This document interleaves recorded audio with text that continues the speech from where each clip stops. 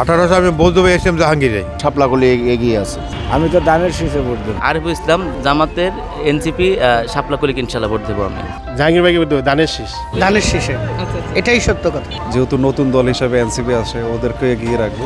একদম জাহাঙ্গীর ভাই এই এলাকার জন্য পারফেক্ট একজন লোক। সে এস.এম. জাহাঙ্গীর ভাইয়ের সাথে আসলে ভালো হয়। এইখানে তো জাহাঙ্গীর মেয়ে আগে আছে। মোহাম্মদ এস.এম. জাহাঙ্গীর আলম এগিয়ে আছে।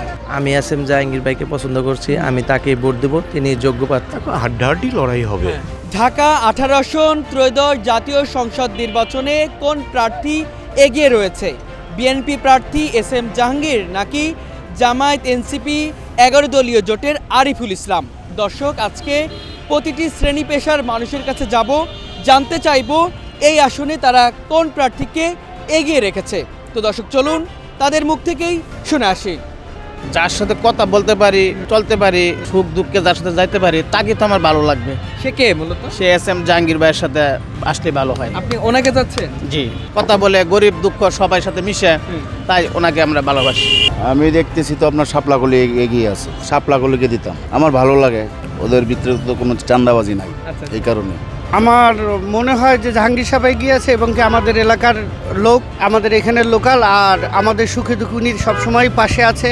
আমি চাচ্ছি, আমার মন থেকে আমি চাচ্ছি যে উনি আসুক, আর আমার ভোটটা আমি ওনাকেই দিব। এটাই সত্য কথা। কিসে দিবেন তাহলে? ধানের শীষে, এটাই সত্য কথা। আমি তো দানের শীষে ভোট দেব। ধানের শীষে ভোট দিবেন? ধানের শীষে। এখানে ধানের শীষে কে বলেন তো? S M Jahangir. আমি দানের শীষ মার্কা করি, এটাই আমি ভোট দেব দানের শীষে।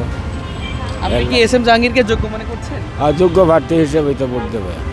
হ্যাঁ, এস এম জাহাঙ্গীরেরও ভোট দেবে। আমি দানের শীষ মার্কা, আমি যখন বুডার হয়েছি তখন জিয়া রহমানের কালানে বুডার হয়েছি, আমি দানের শীষে ভোট দেবো, আর কোনো আমি দেবে না। এখন আমার ওটা প্রার্থী পছন্দর প্রার্থী, দানের শীষে দেবে আমি। আরিফুল ইসলাম জামাতের এনসিপি শাপলাকলি ইনশাল্লাহ ভোট দেবো আমি। সে ইসলামের পক্ষে আছে, এই জন্য তাকে আমি ভোট দেবো। এখানে যদি অন্য কেউ ইসলামের পক্ষে আসতো, আমি তাকে ভোট দিতাম ইনশাল্লাহ। এইখানে তো জাহাঙ্গীর মেয়ে আগে আছে, এনসিপির আরফিরও ভালো। এখন দেখা যাক, হাড্ডাহাড্ডি লড়াই হবে। আপনি কাকে এগিয়ে নেবেন? আমি এখনো ঠিক করি নাই। জাহাঙ্গীর আলম ভাই আছে, দেখতে শুনতে সবার সাথে কথাবার্তা ভালো বলে। হ্যাঁ, আশা করি ওই আসলে আমরা একটু স্বস্তি পাম হই আর কি। তাই না?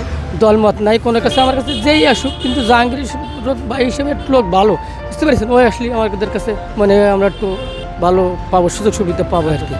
হাড্ডাহাড্ডি লড়াই হবে। হিসেব করতে গেলে তো এখন বর্তমান যুগে এনসিপির যে আছে, বর্তমান যুগ অনুযায়ী, কিন্তু যোগ্যতার দিক দিয়ে এস.এম. জাহাঙ্গীর। আমাদের উত্তরে 18 আসনে আমরা যতটুকু জানি আর কি, মোহাম্মদ এস.এম. জাহাঙ্গীর আলম এগিয়ে আছে। আমরা আশা করবো আল্লাহ তাআলা ওনাকে বিপুল ভোটে জয় করবে। তাকে ভোট দেবো, সে অনেস্ট, সে ভালো মানুষ। 1800 আমি বলতে হবে এস এম জাহাঙ্গীরে। সে আমাকে মনোনীত প্রার্থী এবং তাকে ভালো লাগছে, তাই তাকে ভোট দেবো। এই আসনে জাহাঙ্গীরকে আমরা ভোট দিলাম না।